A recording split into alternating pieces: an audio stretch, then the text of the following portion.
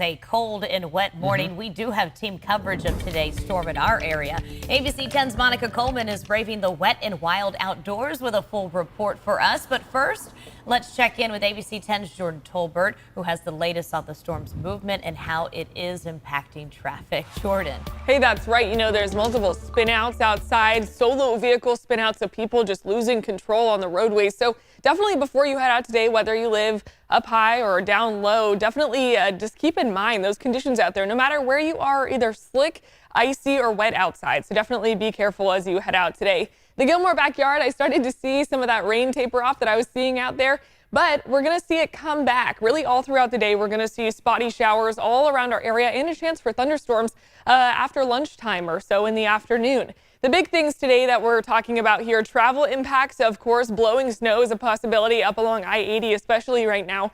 Potential flooding on roadways as well. Today I hit quite a few puddles as I was driving in. Car starts to hydroplane, so prevent that if you can. Just be aware and be prepared.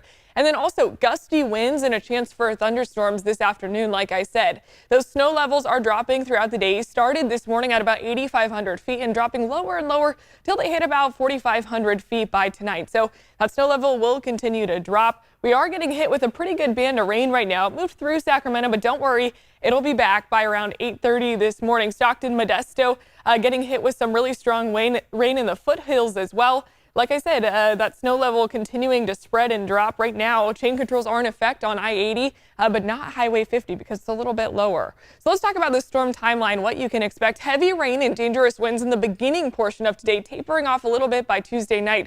Rain, snow, and thunderstorms are still in the forecast. Those showers around the Sacramento and San Joaquin valleys. Wednesday night to Friday morning, we're going to see lighter showers and a lower snow level. Most of Wednesday, though, is going to be dry. And then Friday night into Saturday is where we're going to see that final system and bands of rain move through, producing some moderate heavy rain. And also that snow level is rising once again up higher.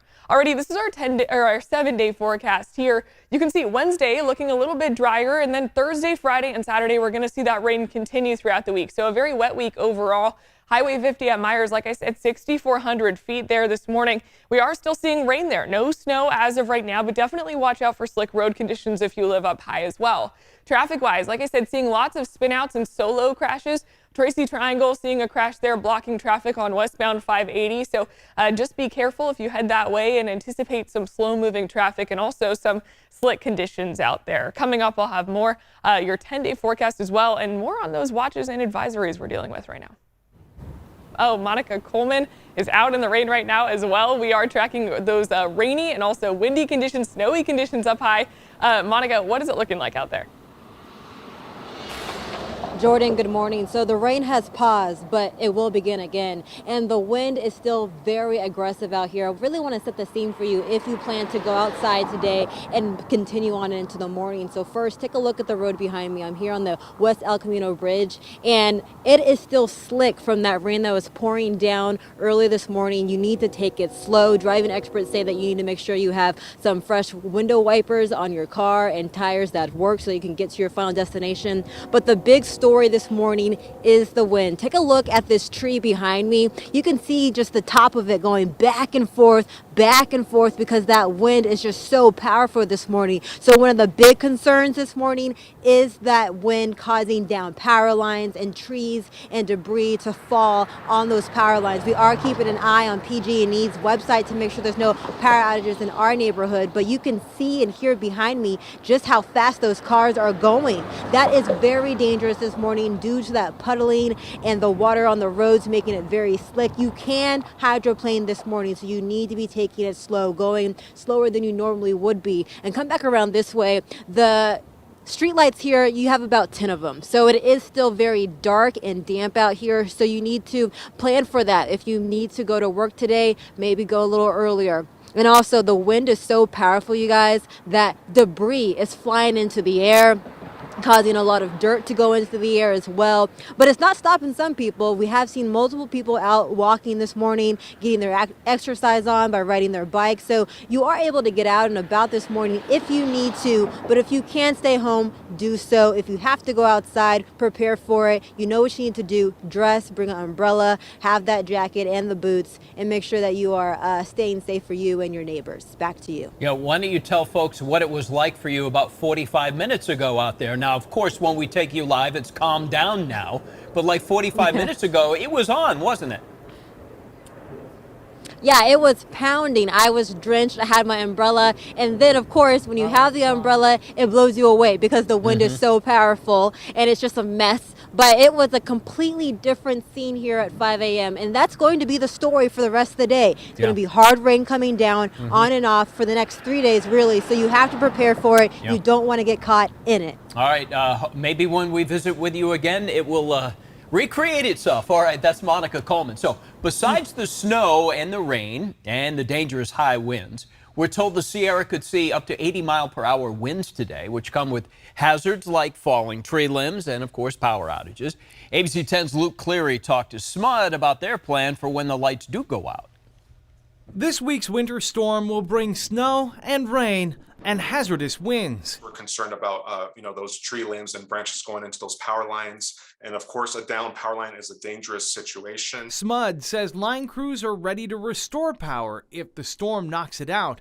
If you see a down power line, stay back and call SMUD or 911 right away. And you should know SMUD prioritizes where it will send crews during a storm. So if there's a down power line, SMUD will address that first. Hospitals, flood pumps, critical public safety infrastructure like that will be prioritized. Crews work down the line to scattered, smaller outages. That means, depending on where you live, it could take longer to get the lights back on. You should prepare a simple emergency kit. Have some water ready, batteries, a flashlight, charge your phone beforehand so you have that ready. Preparation is key as the storm bears down on Northern California. Luke Cleary on the story. Luke, thank you. You can monitor the cause of an outage and see estimates about when power might be restored on the SMUD website. We checked a little bit ago. SMUD has about 100 customers without power right now, down from the nearly 1,000 last time we checked at the beginning of our newscast, right around about 5:30 a.m. or so. Here's a look at the PG&E website. No major outages to report as of this moment. We are seeing some outages in Roseville, Auburn, and other areas of Placer County. Placer County obviously is huge. It goes all the way to the Nevada border. In the meantime, the holiday travel mess doesn't seem to be getting any better. We checked, there are more than 50 flights canceled at Sacramento International Airport. Yesterday, 45% of flights leaving Sac International were canceled, making Sacramento's airport the third worst airport in the country to be flying from in the midst of this travel chaos. Passengers are now searching through seas of luggage to see what's theirs. Very, very nice guy who lives near the airport, and he just was driving home and saw my hot pink suitcases because they stand out on the side of the road. I filed a police report. We're now filing a report with Southwest because they are responsible for the things that were stolen. Bad enough that you're there for a couple of days, people are stealing your bags. There is some good news for people who do find their bags. The rental car service desk says there are still a fair amount of rental cars available if you're willing to just say, you know what, I'm out of here. I'm taking control of this situation, and let's do a road trip, rent a car, and head to where we need to be. And many people we talked to did just that. They rented a car, some with strangers, to get home. So make sure you check the status of your flight today before you head to the airport to board a flight, especially if you're flying Southwest. And a Sacramento airport spokesman says that Southwest has more than 1,000 bags sitting in Sacramento's baggage claim area. And I can vouch for that. I saw all of it this morning. Yesterday morning. The airport is offering additional space for the airlines and all of that luggage. The Sheriff's Department is also keeping an eye out on the situation. There's security there at the airport, as you saw. some real Grinches going through people's luggage. Well, several of our ABC 10 colleagues have been stranded at airports around the country, including our evening anchor, Laura Painter. She sent us this video from San Diego showing hundreds of passengers waiting for their flights. Laura says they've been told the large number of people waiting at the terminal is causing some safety concerns. So police are walking around that airport telling people that if they have a canceled flight, they need to leave the airport immediately because of capacity issues. Just a mess. Meanwhile, Southwest Airlines released a statement saying, in part, with consecutive days of extreme winter weather across our network behind us, continuing challenges are impacting our customers and employees in a significant way that is unacceptable, saying, quote, we'll work to make things right for those we've let down, including our employees. Well, while not the sole culprit, Southwest Airlines flights make up a large portion of these cancellations. So last night, Southwest canceled 70% of all of their flights. And get this, half of all global cancellations were Southwest airline flights. And I did a little research this morning just to try to find some perspective here. We mentioned Southwest at 70% of their flights were canceled.